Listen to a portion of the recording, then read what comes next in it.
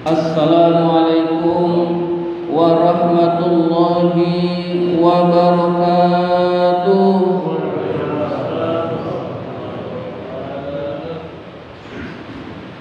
Alhamdulillahi rabbil alamin, wassalatu wassalamu ala ashrafil anbiya'i wal mursalin, sayyidina wa maulana Muhammadin wa ala alihi wa sahbihi ajma'in.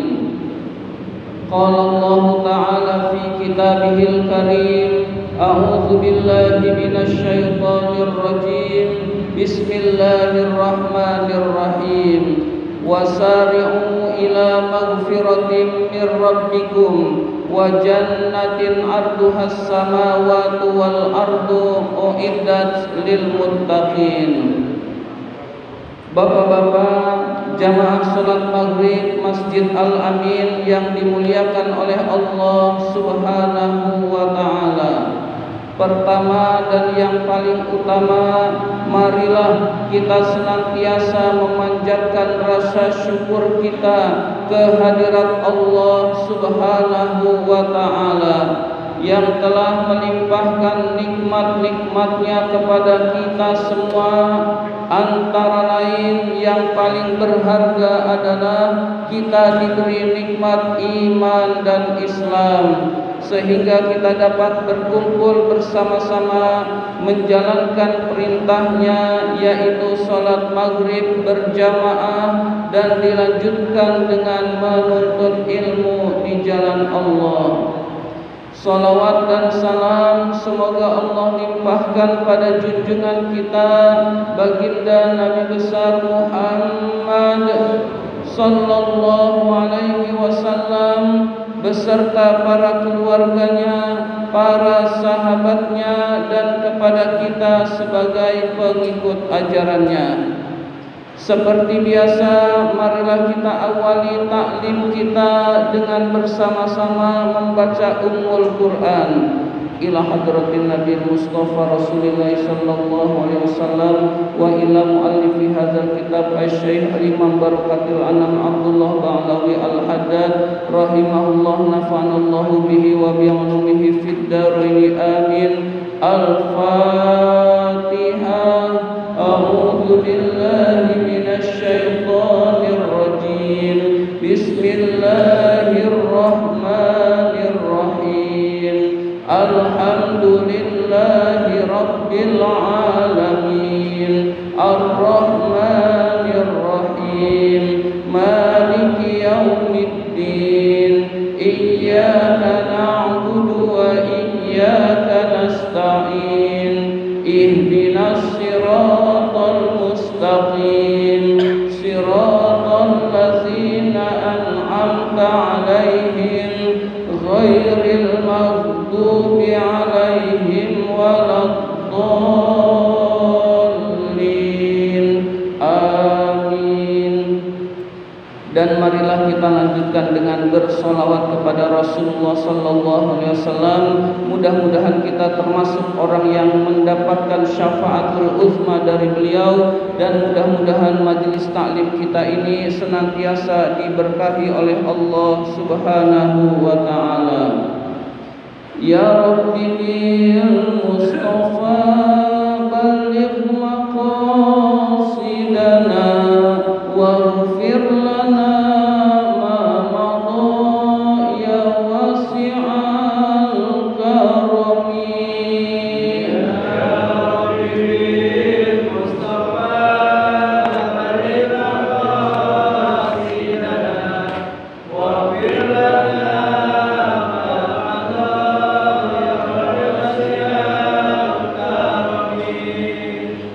Muhammadun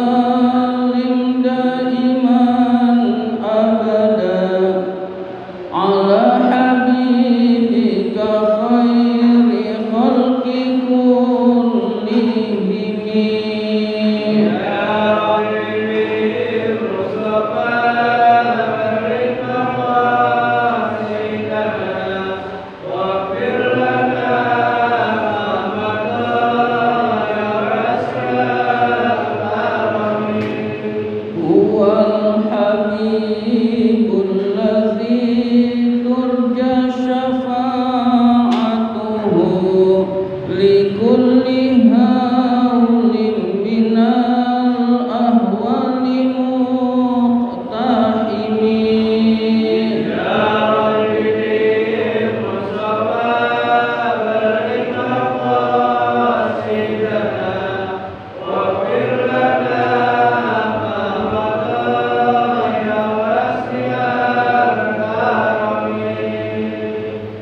Bapak-bapak hadirin jamaah salat maghrib Masjid Al-Amin yang dimuliakan oleh Allah Subhanahu wa taala, marilah kita lanjutkan taklim kita, pembacaan kitab An-Nasaihud Diniyah ini.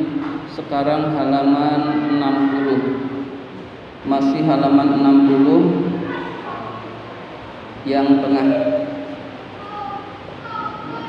8. Baris ke-8.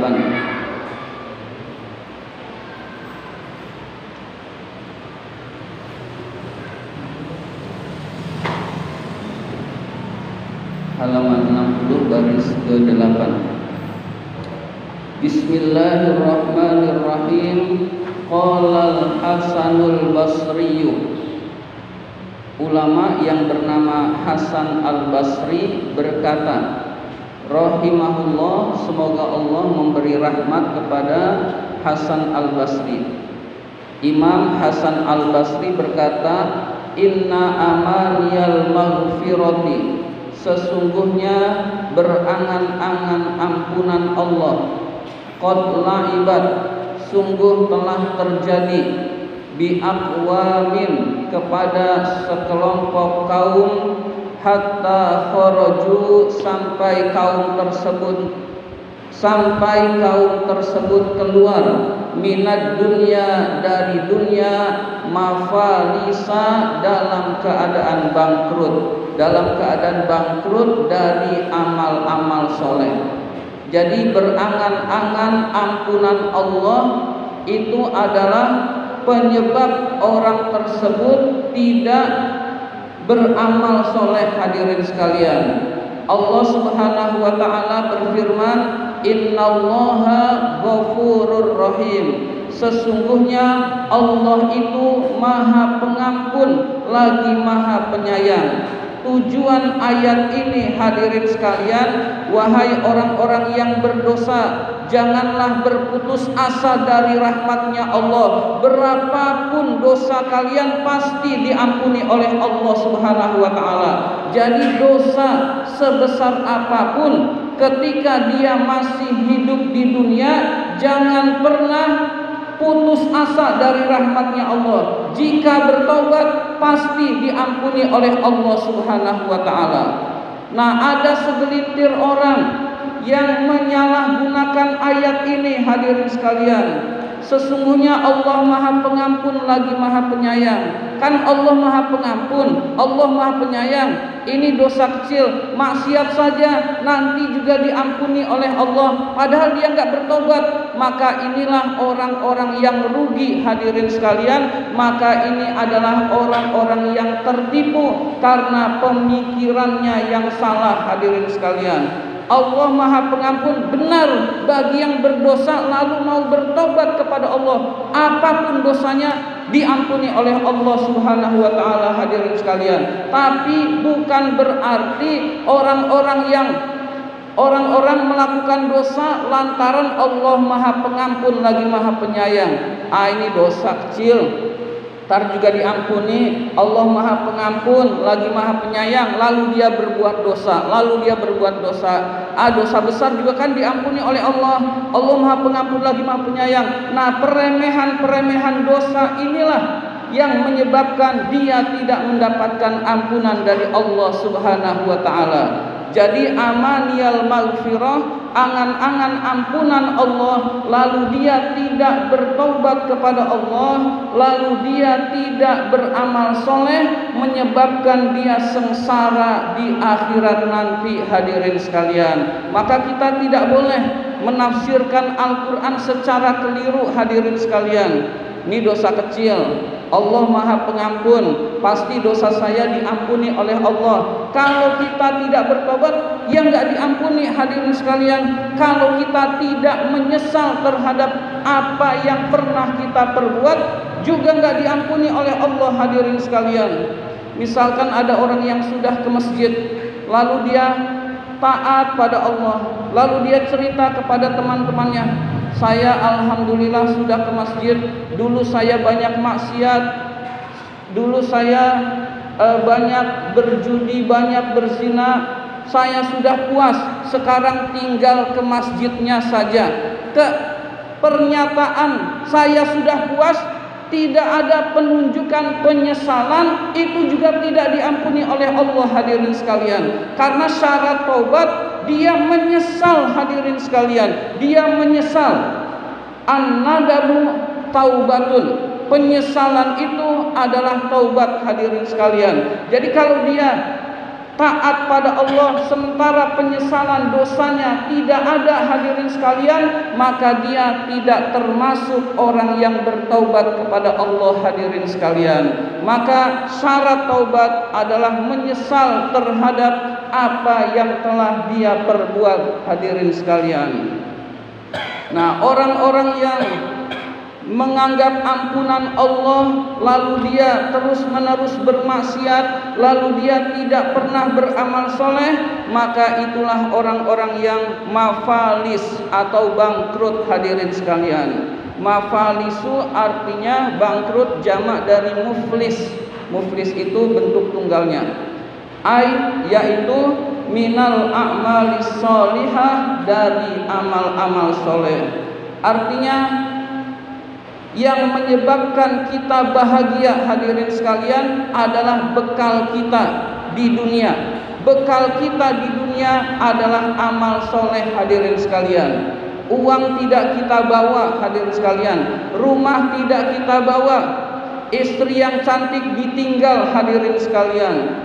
Berapapun banyak harta kita tidak kita bawa, hadirin sekalian. Yang kita bawa adalah amal soleh kita, hadirin sekalian. Kalau kita di dunia tidak pernah beramal soleh, berarti kita tidak punya bekal untuk akhirat nanti, berarti kita termasuk orang yang celaka. Na'udzubillah min zalik, hadirin sekalian. Berarti selama kita di dunia, saat ini kita hidup, kita masih diberi kesempatan oleh Allah Subhanahu wa taala. Allah Subhanahu wa taala masih sayang kepada kita sehingga kita diberi kesempatan hidup untuk beramal soleh, hadirin sekalian. Wa qala aydon, beliau berkata juga, maksudnya Imam Hasan Al-Basri berkata juga, innal mu'mina, sesungguhnya orang yang beriman itu jama'a ihsanan, orang yang mengumpulkan kebaikan-kebaikan, wa khaufan, dan rasa takut kepada Allah Subhanahu wa taala. Jadi ciri orang yang beriman adalah bergegas, bersemangat, menggebu-gebu terhadap urusan-urusan kebaikan, terhadap urusan amal-amal soleh, hadirin sekalian. Dia tekun beramal soleh, dia semangat untuk melakukan kebaikan-kebaikan, dan disertai rasa takut kepada Allah Subhanahu wa ta'ala. Rasa takut kalau terjebak dari perbuatan dosa, rasa takut kalau ibadah-ibadahnya tidak diterima oleh Allah Subhanahu wa ta'ala. Zaman sekarang adalah zaman di mana banyak orang yang sudah luntur rasa takutnya kepada Allah Subhanahu wa taala. Jadi rasa takut kepada Allah Subhanahu wa taala, ternyata orang yang bergelar kiai haji pun bisa saja rasa takut kepada Allahnya lemah, hadirin sekalian. Jadi ada orang yang ilmu agamanya sedikit tapi mendalam rasa takutnya kepada Allah. Ada orang yang ilmu pengetahuannya tinggi tetapi rasa takut kepada Allahnya yang lemah, hadirin sekalian. Itu juga ada, hadirin sekalian. Maka kita harus terus-menerus memupuk rasa takut kita kepada Allah Subhanahu wa taala. Memupuk rasa takut kita kepada Allah Subhanahu wa taala bisa dengan cara merenungkan ayat-ayat Allah yang berkaitan dengan siksa Allah, hadirin sekalian. Kita, hadirin sekalian, kalau ada kebakaran saja kita takut.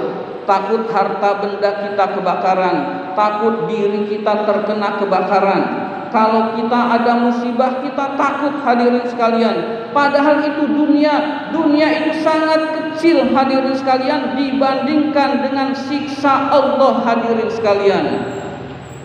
Api dunia, hadirin sekalian, yang bisa menghanguskan apa saja yang ada di hadapannya, hadirin sekalian, 69 kali lebih besar api akhirat, hadirin sekalian. Rasulullah pernah menjelaskan seringan-ringannya neraka adalah orang yang di telapak kakinya dikasih kerikil kecil api neraka, lalu otaknya mendidih karena kepanasan, hadirin sekalian. Jadi orang yang disuruh nginjek kerikil yang kecil dan itu kerikil api neraka, lalu otaknya mendidih karena kepanasan, hadirin sekalian. Dan itulah seringan-ringannya neraka, hadirin sekalian. Jadi oleh karena itu kita renungkan ayat-ayat yang berkaitan dengan neraka, maka dengan demikian kita mulai ada rasa takut kepada Allah Subhanahu wa ta'ala. Lalu tambah meningkat, lama-lama kalau imannya sudah kuat. Dan ini para waliullah itu orang yang gak peduli mau masuk neraka, mau masuk surga, yang penting dia ibadah kepada Allah, yang penting dia ibadah kepada Allah, cinta kepada Allah, jauhi larangan Allah. Nah, itu tingkatan waliullah, hadirin sekalian. Tingkatan kita ini takut kepada Allah, ya takut nerakanya Allah, hadirin sekalian. Maka kita terus-menerus merenungkan ayat-ayat Al-Quran yang berkaitan dengan nerakanya Allah Subhanahu wa ta'ala, hadirin sekalian, agar rasa takut kita kepada Allah itu terbentuk, hadirin sekalian. Mau korupsi takut kepada Allah, akhirnya tidak jadi. Mau menzolimi orang lain takut kepada Allah, akhirnya tidak jadi, hadirin sekalian. Mau memakan makanan yang haram takut kepada Allah, akhirnya tidak jadi. Nah, rasa takut kepada Allah banyak yang sudah hilang di kalangan kaum muslimin, hadirin sekalian. Lebih cinta kepada dunia dan melupakan masa depannya yang abadi, yaitu akhirat. Na'udzubillah min dzalik. Jadi ciri orang yang beriman adalah amal solehnya banyak dan punya rasa takut kepada Allah Subhanahu wa ta'ala. Wa innal munafiqa, sesungguhnya orang munafik itu jama'a isaatan, mengumpulkan dosa-dosa, kesalahan-kesalahan, wa amnan, dan merasa aman dari siksa Allah. Jadi ciri orang munafik adalah banyak berbuat dosa lalu merasa aman dari siksa Allah Subhanahu wa ta'ala. Na'udzubillah min dzalik. Jadi kegemarannya berbuat dosa, ini dosa kecil, ini dosa kecil, Allah Maha Pengampun. Nah, itu ciri orang munafik, hadirin sekalian. Jangan sampai kita termasuk orang-orang yang gemar melakukan dosa meskipun dosa-dosa kecil, hadirin sekalian. Lalu ciri orang munafik berikutnya adalah merasa aman dari siksa Allah. Sepertinya tidak ada balasan dari Allah, sepertinya tidak ada azab kubur, sepertinya tidak ada azab neraka, hadirin sekalian. Lalu dia tenang-tenang saja di dunia, seolah-olah setelah berbuat dosa tidak terjadi apa-apa, hadirin sekalian. Na'udzubillah min dzalik. Memang hadirin sekalian, balasan yang paling utama itu di akhirat. Itu balasan yang pasti terjadi, hadirin sekalian. Tapi di dunia juga sering suka ada tanda-tandanya, hadirin sekalian. Orang yang zalim sering Allah beri tanda-tandanya bahwa dia nanti akan disiksa di akhirat, hadirin sekalian. Maka kita berusaha hendaklah selalu memperbaiki diri, hendaklah selalu menjaga diri, jangan sampai berbuat dosa. Dan kalaupun terlanjur berbuat dosa, jangan berputus asa dari rahmatnya Allah. Allah Maha Pengampun lagi Maha Penyayang, hadirin sekalian. Kita udah berbuat dosa nih, pernah bermaksiat, pernah berjudi, pernah berzina, pernah mabuk. Yakinlah Allah Maha Pengampun lagi Maha Penyayang, kemudian kita menyesal, terus-menerus bertobat, maka dosa-dosa kita diampuni oleh Allah Subhanahu wa taala. Hadirin sekalian, qultu, saya berkata, wa dzalika ajibun jiddan, ini adalah suatu keanehan. Innal khaufa bi sahibil isahati alikun li ta'arrudi li isaatihi. Rasa takut itu seharusnya dimiliki oleh orang-orang yang banyak berbuat dosa. Jadi rasa takut itu seharusnya lebih dimiliki oleh orang yang berbuat dosa. Tetapi orang yang berbuat dosa zaman sekarang banyak yang tidak punya lagi rasa takut kepada Allah Subhanahu wa taala, sehingga dia berdosa dengan tertawa terbahak-bahak, sehingga dia berdosa seolah-olah tidak akan terjadi apa-apa. Hadirin sekalian, bahkan sebaliknya, orang-orang soleh banyak yang dosanya sudah tidak ada, tapi terus mohon ampun kepada Allah, tetapi terus tahajud tengah malam mohon ampun kepada Allah Subhanahu wa taala. Hadirin sekalian, wa innama amina ma'al isaati, sesungguhnya merasa aman padahal dia terus-menerus berbuat dosa, litikasi qalbihi, karena hatinya yang sudah gelap, wa amya ainu basarihi, maka butalah pandangan batinnya. Jadi hadirin sekalian, dia merasa aman dari siksa Allah disebabkan hatinya yang gelap, disebabkan hatinya yang kotor. Dosa membuat hati seseorang menjadi hitam, hati seseorang menjadi kotor. Hadirin sekalian, Rasulullah pernah menjelaskan, jika seseorang berbuat dosa maka menempellah satu titik hitam di dalam hatinya. Kalau orang tersebut terus-menerus berbuat dosa, titik-titik hitamnya banyak. Hadirin sekalian, kalau dosanya besar, titik hitamnya besar. Kalau dosanya kecil, titik hitamnya kecil. Hadirin sekalian, itulah yang disebut dengan ar-ron. Kalla bal rona ala qulubihim ma kanu yaksibun. Kalla, sekali-kali tidak, bal, bahkan itu adalah ar-ron, kotoran hati, bima kanu yaksibun, disebabkan apa yang telah mereka perbuat. Nah, itu adalah ar-ron, yaitu kotoran hati disebabkan dosa yang terus-menerus dia lakukan. Nah, kotoran hati itulah yang menyebabkan seseorang tidak bahagia di dunia. Hadirin sekalian, kenapa orang enggak bahagia di dunia? Bukan karena corona, bukan karena musibah, bukan karena masalah yang dia hadapi, tetapi karena hatinya yang kotor. Hadirin sekalian, hati yang kotor menyebabkan kotoran hati.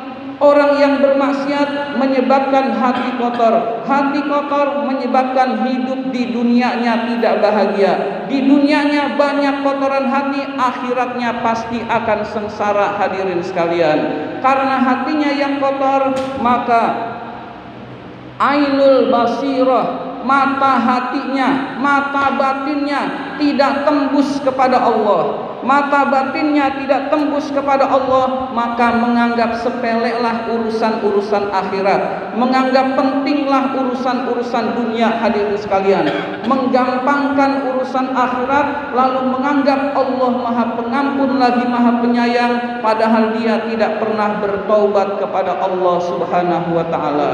Maka kita berusaha bersihkan hati kita dengan banyak istighfar, banyak tahajud. Tengah malam kita bangun itu untuk membersihkan hati kita, sehingga kita termasuk orang-orang yang bahagia. Hadirin sekalian, dan bukan termasuk orang-orang yang munafik. Hadirin sekalian, walakin, tetapi Allah Subhanahu wa taala berfirman, may yahdillahu fahuwal muhtad, barang siapa yang diberi petunjuk oleh Allah, maka dialah orang yang mendapatkan petunjuk dari Allah. Wa may yudlil, barang siapa yang disesatkan oleh Allah, falam tajidalahu waliyam mursyida, maka tidak kamu dapati bagi orang tersebut penolong ataupun yang memberi petunjuk. Hadirin sekalian, jadi mudah-mudahan kita termasuk orang yang mendapatkan petunjuk dari Allah Subhanahu wa taala. Keterangan bab ini ditutup oleh Al-Habib dengan suatu doa. Doa ini sangat baik untuk kita baca, hadirin sekalian. Allahumma hdina, ya Allah tunjukkanlah kami. Wa kun, jadilah engkau ya Allah, lana bagi kami. Ya Rabbana, wahai Tuhan kami, waliyan, penolong, mursidan, yang menunjukkan. Ya Allah, berilah kami petunjuk ya Allah, dan jadilah engkau wali kami, penolong kami. Kalau walinya, penolongnya adalah Allah, urusannya beres. Hadirin sekalian, jadikanlah engkau yang membimbing, yang menunjukkan kami ya Allah, ila ma tuhibbuhu minna, terhadap hal-hal yang engkau cintai kami perbuat.